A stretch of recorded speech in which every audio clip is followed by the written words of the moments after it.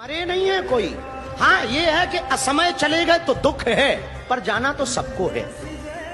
ये बात तय है कि कोई 20 साल बाद जाएगा, कोई 30 साल बाद जाएगा। हमें भी जाना, तुम्हें भी जाना।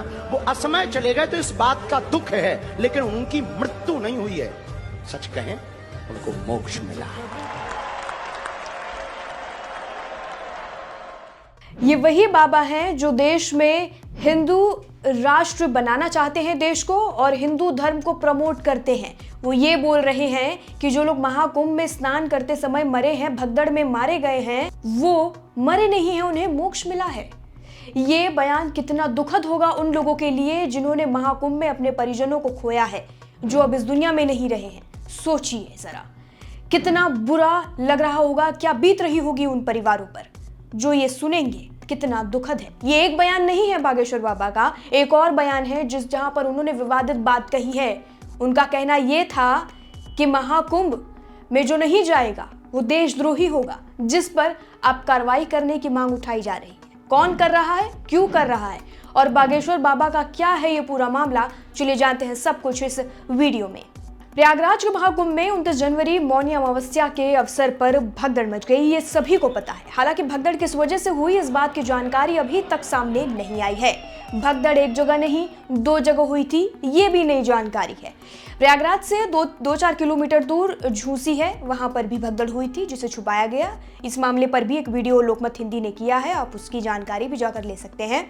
मामले की जांच अब शुरू हो चुकी है, लेकिन इस बीच बागेश्वर धाम के महंत धीरेन्द्र कृष्ण शास्त्री का वीडियो सोशल मीडिया पर तेजी से वायरल हो रहा है।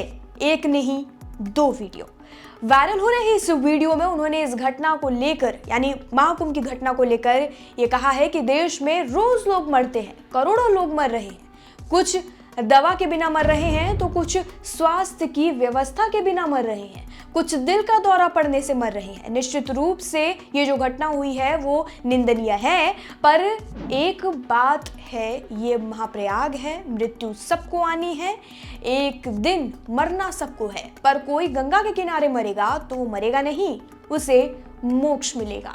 अभी आज हम कमेंट पढ़ रहे थे, हमको बहुत लोगों ने फोन भी किया। कुछ हमारे मित्र हैं कम्युनिस्ट बुद्धि के, वो हमसे जुड़े हुए हैं और हमें फोन लगा के कह रहे थे, अब बाबा आप क्या कहोगे, पर्ची खोलोगे? तो हमने कहा बिल्कुल खोलेंगे। वो हमारे मित्र हैं, बहुत अच्छे मित्र हैं। उन्होंने कहा कि इतने महात्मा, इतने साधु, इतने जपी, इतने तपी, फिर भी इस घटना पर आपका क्या विचार है? हमने कहा देश में प्रतिदिन लोग मर रहे हैं और करोड़ों लोग मर रहे हैं। कुछ दवा के बिना मर रहे हैं और कुछ स्वास्थ्य की व्यवस्था के बिना मर रहे हैं, कुछ हार्ट अटैक से मर रहे हैं। निश्चित रूप से ये जो घटना हुई वो निंदनीय हुई है और बहुत विचित्र हुई है। पर एक बात बोलें, ये महाप्रयाग है, मृत्यु सबकी आनी है, एक दिन मरना सबको है। पर कोई गंगा के किनारे मरेगा तो वो मरेगा नहीं, मोक्ष पाएगा। यहाँ मरे नहीं है कोई। हाँ, ये है कि असमय चले गए तो दुख है, पर जाना तो सबको है। ये बात तय है कि कोई 20 साल बाद जाएगा, कोई 30 साल बाद जाएगा। हमें भी जाना, तुम्हें भी जाना। वो असमय चले गए तो इस बात का दुख है, लेकिन उनकी मृत्यु नहीं हुई है। सच कहें, उनको मोक्ष मिला। इस बात को जरा आप समझिए, ये स्वीकार कर रहे हैं कि देश में जो मेडिकल व्यवस्था है, जो चिकित्सालय है, उसकी जो व्यवस्था है वो ठीक नहीं है। देश में बहुत सी चीजें नहीं है, दवा के बिना भी लोग मर रहे हैं। मान रहे हैं कि देश में कमी है, लेकिन ये नहीं बोल रहे हैं ये सब भी ठीक होना चाहिए। मोक्ष की बात हो रही है, बहुत सी चीजें कमी है वो भी दिखा रहे हैं और मोक्ष की बात भी कर रहे हैं। धीरेन्द्र शास्त्री 2 बातों को दर्शा रहे हैं। अब उनका ये वीडियो सोशल मीडिया पर तेजी से वायरल हो रहा है, लोग इसका विरोध कर रहे हैं, और वो लोग जमकर विरोध कर रहे हैं जो इस वक्त महाकुंभ में फंसे हुए हैं और जिनके परिजन अब महाकुंभ से शायद लौट कर नहीं आ पाएंगे। अब बुधवार से अब तक हुआ मामला क्या है उसकी बात कर लेते हैं। बुधवार को महाकुंभ के प्रयागराज में भगदड़ मची। इसमें कई लोग मारे गए, कई लोग गुम हो गए, कईयों के परिजन अभी तक नहीं मिले हैं। ये घटना हुई, पुलिस प्रशासन ने ताबड़तोड़ एक्शन लिया, लोगों को ढूंढने की कोशिश की, जो अभी तक जारी है। अभी तक लोगों को ढूंढा ही जा रहा है, लोग अपने परिजनों को ढूंढ रहे हैं, पुलिस इस पर काम कर रही है। उत्तर प्रदेश के मुख्यमंत्री योगी आदित्यनाथ ने भी कई गाइडलाइंस जारी की, महाकुंभ को लेकर सब चीजें हुई, जिसके कुछ दिनों बाद यानी कल की बात करें तो एक और भगदड़ की खबर सामने आई, जहां पर झूसी में भी भगदड़ हुई थी। जो प्रयागराज से कुछ ही दूर है झूसी, वहां पर भी भगदड़ हुई। अब ये खबर भी, हालांकि ये जो खबर है वो रिपोर्ट के मुताबिक मैं आपको बता रही हूँ, मीडिया रिपोर्ट्स की माने तो झूसी और प्रयागराज की घटना को मिलाकर कुल मरने वालों की संख्या 30 बताई गई। एक्चुअल खबर जो थी, सटीक खबर, ये बताया नहीं गया था कि झूसी के भी मरने वालों की संख्या मिलाकर 30 बताई गई है। ये खबर मीडिया के रिपोर्ट्स के हवाले से सामने आई। अब जो महाकुंभ का जो मामला है, अब यहाँ पर फिर से जो व्यवस्था है उसको ठीक कर दिया गया। सब कुछ एकदम मेथड से, प्रॉपर गाइडलाइंस के साथ किया जा रहा है। साथ ही जो मौनी अमावस्या के दिन जो स्नान था, विशेष स्नान, अमृत स्नान जिसे कहा जाता है, वो लोगों ने किया। तुरंत भगदड़ के कुछ ही घंटों बाद, यानी शाम के 4-5 बजे से लगभग संतों ने भी स्नान कर लिया और वहाँ पर मौजूद सभी भक्तों ने भी स्नान कर लिया। ये सब हुआ। अब जो है महाकुंभ में जो व्यवस्था है वो सामान्य हो गई है। लोग फिर से दर्शन कर रहे हैं, स्नान कर रहे हैं, महाकुंभ का जो एक एक्सपीरियंस है वो ले रहे हैं। अब फिर से आते हैं बाबा बागेश्वर की बात कर लेते हैं। तो वो यही चुप नहीं हुए, उन्होंने कुंभ में स्नान नहीं करने वालों को भी लपेट लिया, यानी जो स्नान नहीं कर रहे हैं उनको भी उन्होंने टारगेट किया है। धीरेन्द्र शास्त्री ने मंगलवार को प्रयागराज में महाकुंभ में डुबकी लगाई और मीडिया से बातचीत की। प्रयागराज के संगम में पवित्र डुबकी लगाने के बाद धीरेन्द्र शास्त्री काफी खुश नजर आए। मीडिया से बातचीत करते हुए उन्होंने कई बातें रखी। इसके बाद महाकुंभ के आयोजन पर उन्होंने कहा कि यहाँ आने से बीमारी दूर होती है, जो नहीं आएगा वो पछताएगा, देशद्रोही कहलाएगा।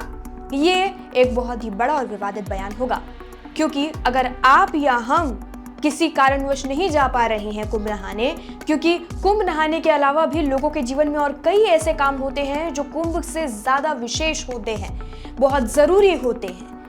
अगर आप नहीं जा रहे हैं उन कारणों की वजह से, तो आप देशद्रोही हैं। क्या आप ये एक्सेप्ट करेंगे? क्या आप ये मानेंगे? आप इंडिविजुअल इस वक्त ये वीडियो देख रहे हैं, क्या आप ये मान जाएंगे कि आप अभी इस वक्त कुंभ नहाकर नहीं आए, आप देशद्रोही हैं?